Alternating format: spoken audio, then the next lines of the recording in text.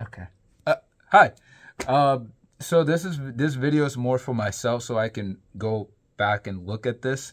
That I think I found a way how we as a society can function without prices and specifically money.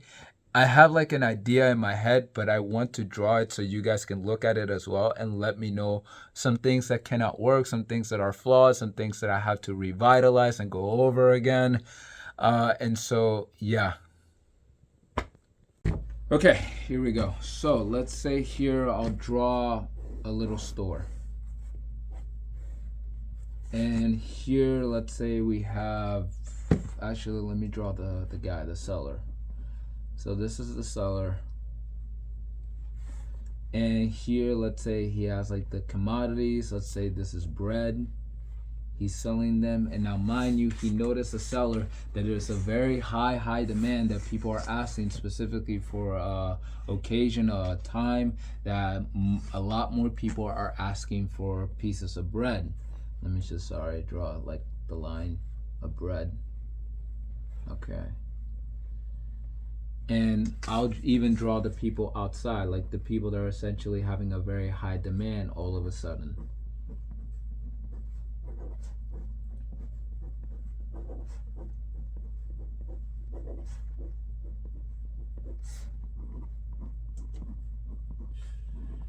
Sorry, trying to go as fast as I can.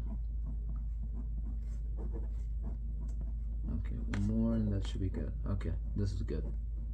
All right, so imagine that essentially these are all the people, like society as a whole, all the people that are asking for a high demand for bread, and the supply is not meeting demand. And what the seller essentially does is now puts it, say, it already has a price, like let's say it already has a price, and that now what he does is he increases the price to not allow these people to have access to the bread that, let's say, he has left, meaning let's say that he has two breads.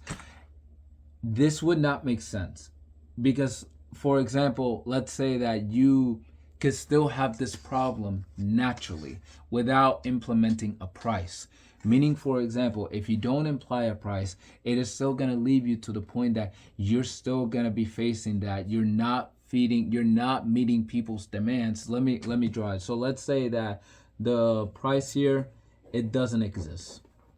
And so like the bread that he has here, it is now basically accessible to the population, and it leaves it where he's still a very low demand, and for the new people that come in are gonna face the same problem naturally without you really implementing a price, because these people that have a high demand for the bread are essentially taking it. So now let's say that how you don't imply a price, and essentially people, you don't imply a price and people are going out of their way to take the bread, and you're not really putting a blockade. That's a reason what a price is a blockade, is to block you from getting it. But like I stated before, this could technically be naturally without you implementing a price to begin with, where you can just let people take the bread, and the other people that are asking for it are not getting their demands, their needs met. So I would argue that these people right here, it would essentially make them to where they want to, because mind you, they have the needs, they really want the bread. They are gonna go out of the way to work for, let's say, the set little factory that's has to do with is supplying the bread, because they're lacking, let's say that they're lacking on the people that they need to meet the demand. So the people right here that are suffering, that are not getting their needs met, they will go out of the way to essentially get on that type of company to make it where the bread is now going to be something that is sufficient, something that it is now being distributed uh, to the point that it's now meeting demand. I think, yeah, this is good. Now, also, one thing that I wanted to address this week comes to the whole point of value. How you guys justifying how we should have prices because it determines values on things. Uh, that again, it doesn't make sense for you to again to really put a price. If something is valuable, it should still be accessible and to be able to be consumed.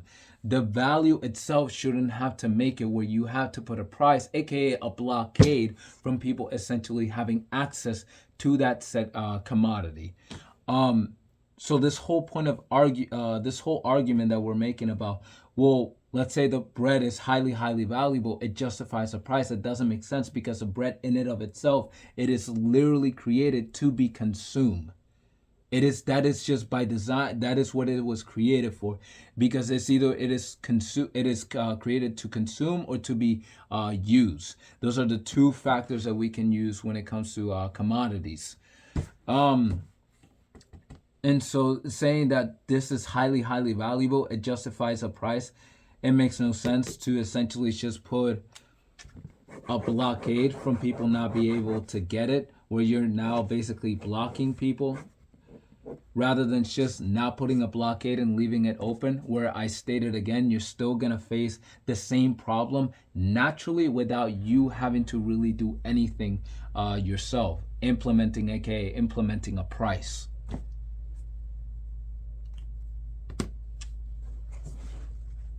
Now, another thing that I wanted to add is when it comes to, let's say, okay, if you don't imply a price, then people can technically take, one person can take the whole load of bread in the shelf. No, we're not going to do that. And that is where now we imply regulation. We imply regulation to make sure that people are not allowed to do that, and that we're going to go based more on the individual themselves. Meaning, for example, we're going to use, like, let's say, their social security number, which gives us data about who they are specifically as a person. What's their height, what's their weight, how tall are them, and that information in and of itself, we're gonna use it to calculate the amount to realistically they are supposed to have.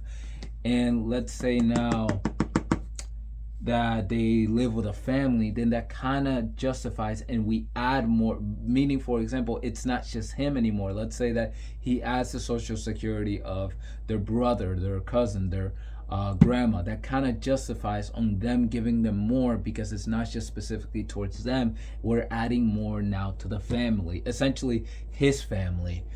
And yeah, that's good.